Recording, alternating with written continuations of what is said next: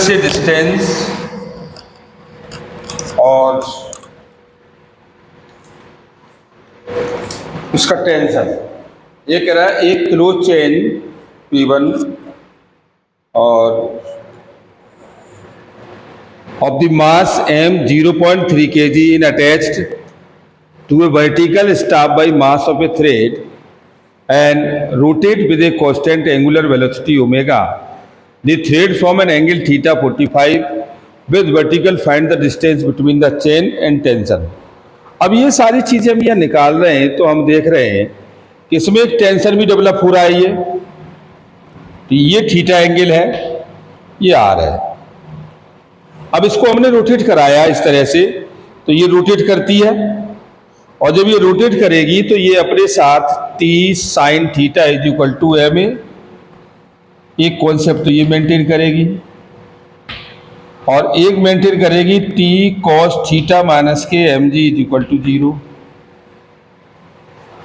अब ये सेंटर से रोटेट करती है तो ए इज इक्वल टू होता है बी का स्क्वायर अपॉन आर और B is equal to R omega,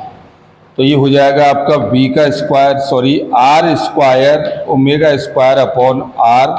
ये आर से आर कट गया तो a is equal to R omega square. तो ये वैल्यू हमने लगा दी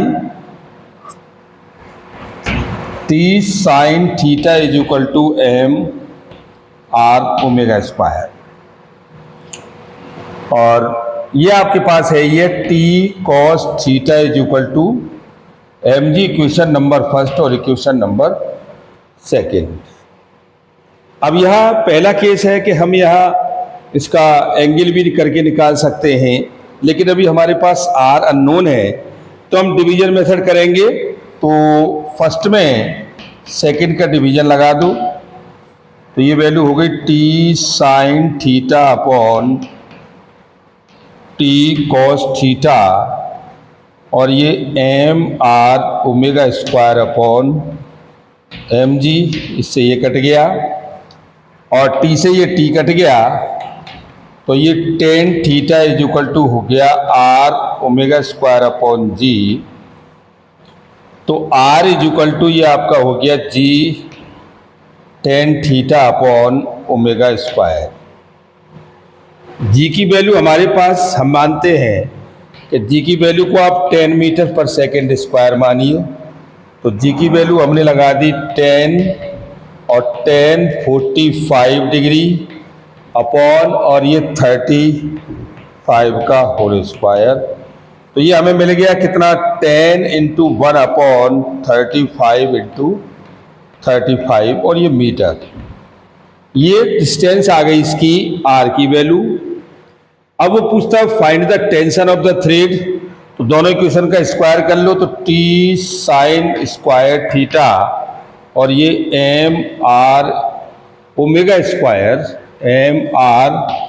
ओमेगा स्क्वायर का होल स्क्वायर और टी का square cos square theta is equal to और ये एम जी का स्क्वायर, दोनों को ऐड कर दें तो ये टी का स्क्वायर ये साइन स्क्वायर थीटा और ये cos square theta is equal to M R omega square का और ये एम जी का होल स्क्वायर, तो ये आपका आ गया टी का square is equal to M R square का होल स्क्वायर और ये एम जी का स्क्वायर,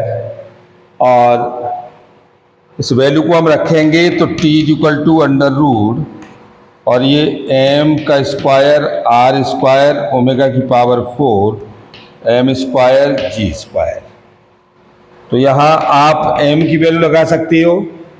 0.3 kg है तो m को बाहर ले लो तो ये आपका आ गया r, और r कितना है ये है 10 अपॉन 35 और 10 अपॉन 35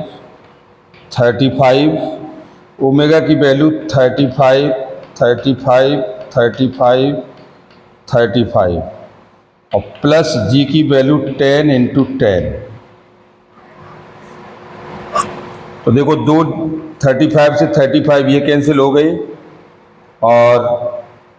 दो 35 से ये दो 35 कैंसिल हो गए आपके पास ये आया T is equal to M 100 plus 200, तो ये 10√2 और 10 की वैल्यू है, ये M की वैल्यू 0.36 इंटू 10√2, तो ये 3.6√2 Newton. This is the find the tension of a rotation by the chain in continuously by rotation in horizontal. So given the tension is 3.6√2 tension, and given the distance of the central, rotated by the R is 10/35 into 35 meter. So this is the value of distance and tension. Thank you very much.